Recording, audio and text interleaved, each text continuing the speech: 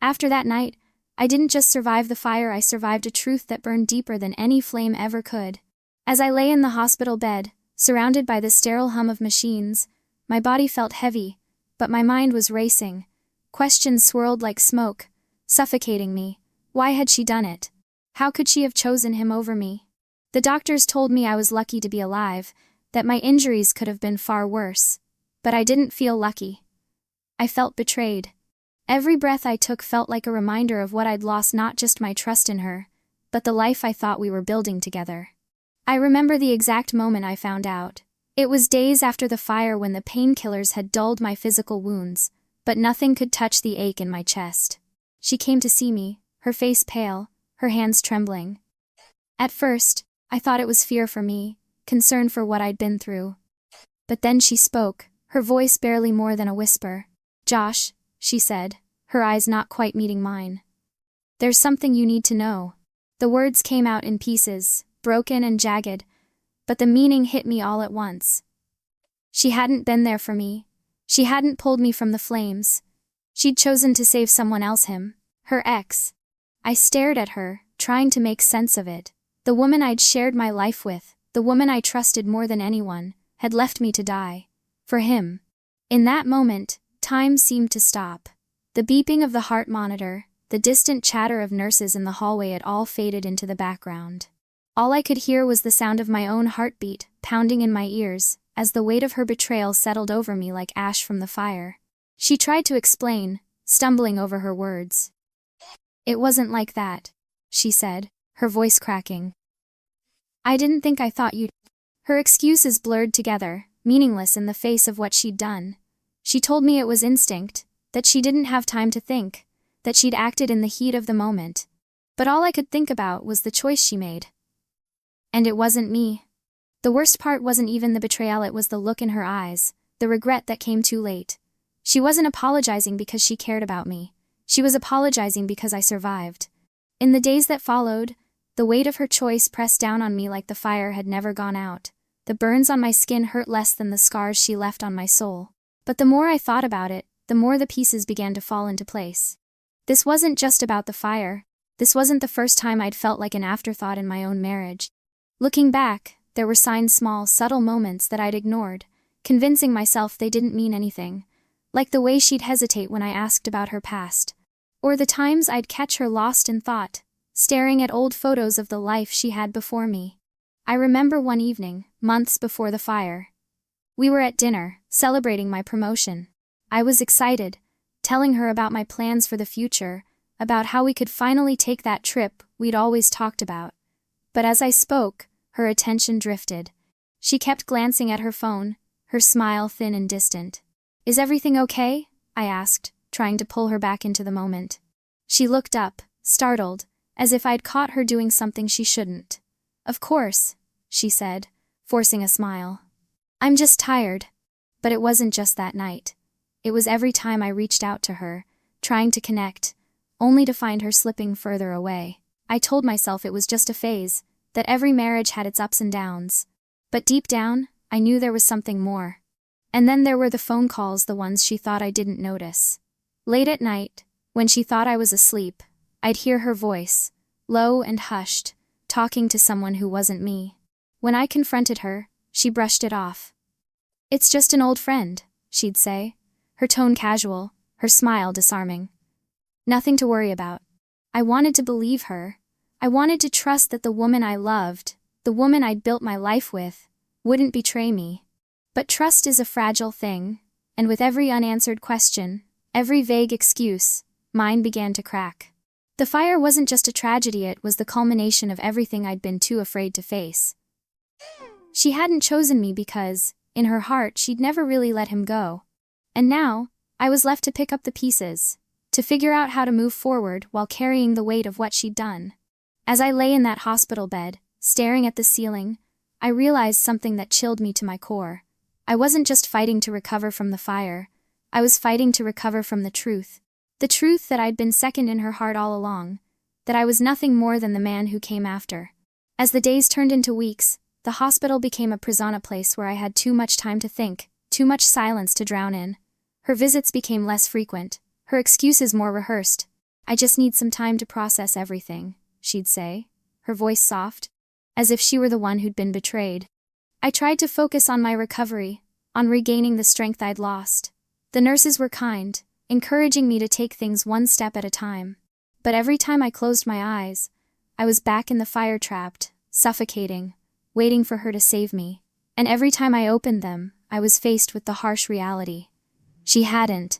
It wasn't until I overheard a conversation between two nurses that I learned the full truth. I was sitting by the window in my hospital room, staring out at the rain, when their voices drifted in from the hallway. "Can you believe it?" one of them whispered. "She saved her ex, not her husband. If I were him, I don't think I could ever forgive her." I froze, my breath catching in my throat. They were talking about use, about her, about me, about him. My mind raced, trying to piece together what they knew, what everyone must have known. The shame burned hotter than the fire ever had. Everyone saw me as the man who wasn't enough, the man she left behind. That night, when she came to visit, I confronted her. My voice was steady, but my hands trembled as I spoke. "I know what you did," I said. "I know you chose him over me." Her face crumbled, her mask of composure slipping away. For a moment, I thought she might deny it, might try to convince me that I was wrong. But then she sank into the chair beside my bed, her shoulders shaking as she cried. "I'm sorry, Josh," she said, her voice barely above a whisper. "I didn't mean to hurt you. I wasn't thinking." "Wasn't thinking?" I repeated, my voice rising despite my efforts to stay calm. "You made a choice, Claire. You chose him. You left me to die." Her tears fell faster, but I felt no sympathy. I'd spent years believing she was my partner, my equal, the person who would stand by me no matter what. But in the moment that mattered most, she'd proven me wrong. "It wasn't like that," she said, her words desperate, pleading. "I thought you'd get out on your own. I thought he needed me more." The excuses felt hollow, like ashes in my mouth. "And what about me?" I asked, my voice breaking. "What did I need, Claire? Did you even think about—" She reached for my hand, but I pulled away. Her touch, once a source of comfort, now felt like a betrayal in itself. The silence between us was deafening, filled with all the things neither of us could bring ourselves to. When she left that night, I realized something that chilled me to my core.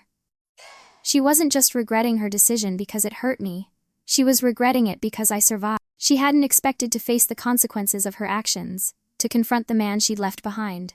And now, every visit, every conversation, was a reminder of the choice she couldn't take. But the truth was, I didn't need her regret.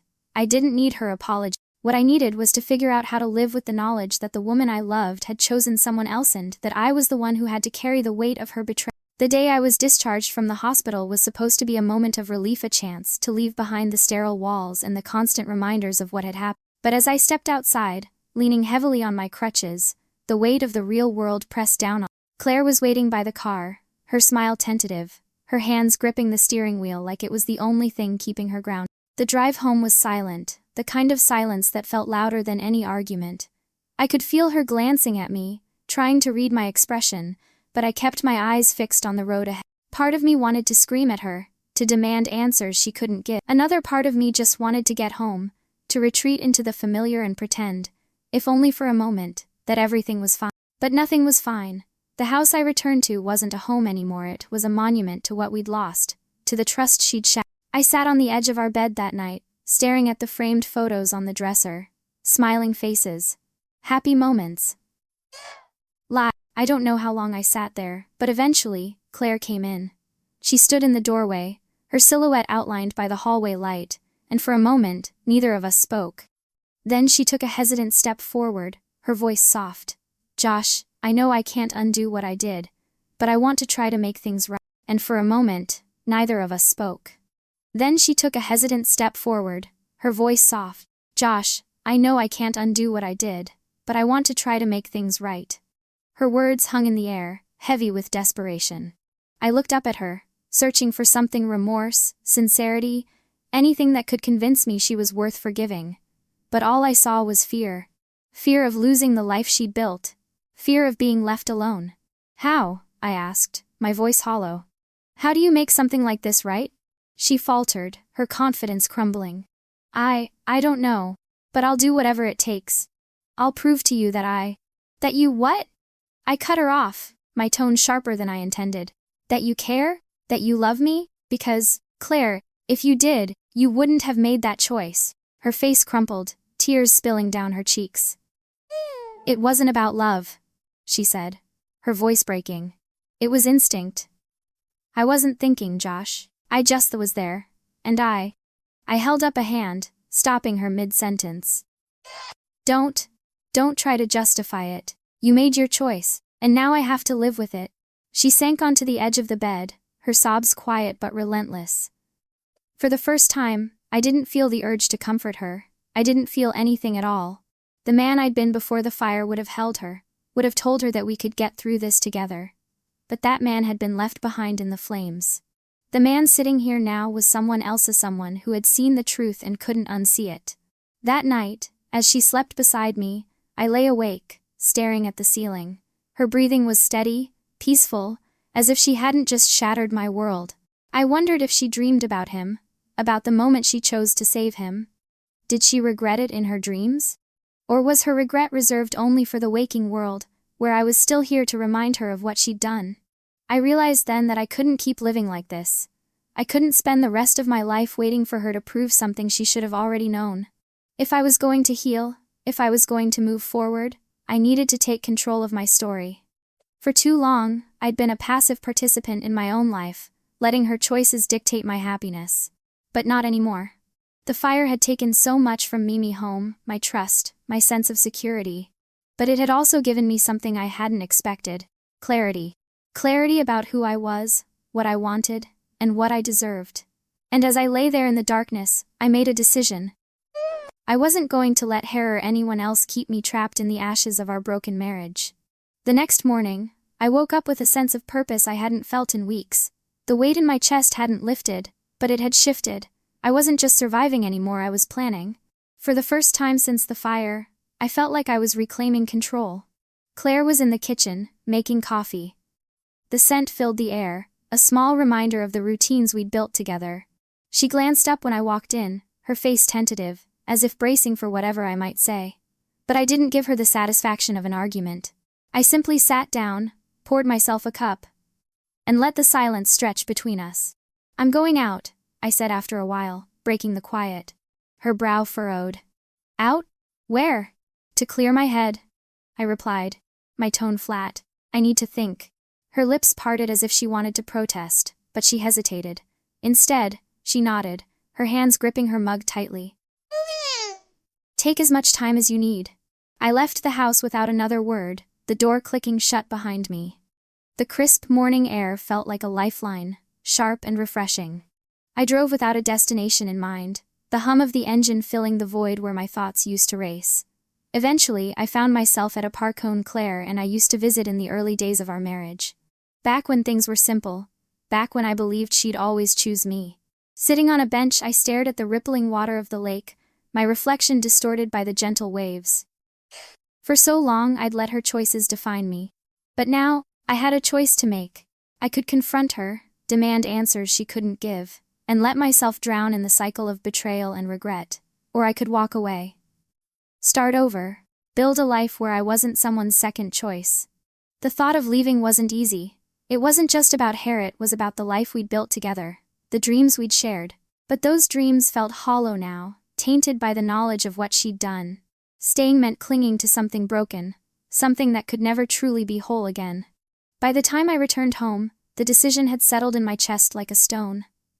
Claire was waiting in the living room, her eyes red and puffy, as if she'd spent the entire day crying. She stood when I walked in, her hands twisting nervously. "Josh," she began, her voice trembling. "I know I've hurt you. I know I've broken your trust. But I need you to know that I love you. I made a terrible mistake, but I want to make it right. Please let me make it right." Her words hung in the air, heavy with desperation. For a moment, I almost believed her. Almost. But then I thought of the fire, of the moment she chose someone else, and the hollow ache returned. "I've made a decision," I said, my voice steady. "I can't do this anymore, Claire. I can't keep pretending that things will go back to the way they were, because they won't." Her face crumpled, fresh tears spilling down her cheeks. Josh, please, she pleaded. We can fix this. I'll do whatever it takes. I shook my head, the finality of my words sinking in. This isn't something you can fix. You made your choice. And now I'm making mine. The silence that followed was deafening, the kind that felt like the end of something. And it was. As I packed my things that evening, the weight on my chest began to lift. I wasn't leaving out of anger or spite, I was leaving because I deserved more. I deserved a life where I wasn't constantly questioning my worth, where I wasn't haunted by the choices someone else made. When I left the house for the last time, I didn't look back. I didn't need to. The life I'd shared with Claire was behind me now, and for the first time in a long time I felt free. The first few weeks after leaving Claire were harder than I expected. There were moments when the silence in my new apartment felt unbearable, like a void I didn't know how to fill. But as time passed, that silence became something else: peace. For the first time in years, I wasn't waiting for answers, for apologies, for explanations. I wasn't waiting at all. I threw myself into rebuilding my life. I found a new job in a different city, a fresh start where no one knew my story, where I wasn't the man who got left behind. The anonymity was freeing, a chance to define myself on my own terms. Every now and then, thoughts of Claire would creep in, memories of the good times, the laughter we'd shared, the dreams we'd built. But they were just that, memories, and with each passing day, their grip on me loosened. One day, as I was unpacking a box of old belongings, I came across a photo of the two of us from our first anniversary. We were smiling, our arms wrapped around each other, the future stretched out before us like a promise. I stared at it for a long time, feeling a strange mix of emotions. There was no anger, no bitterness, just a quiet sadness for what could have been.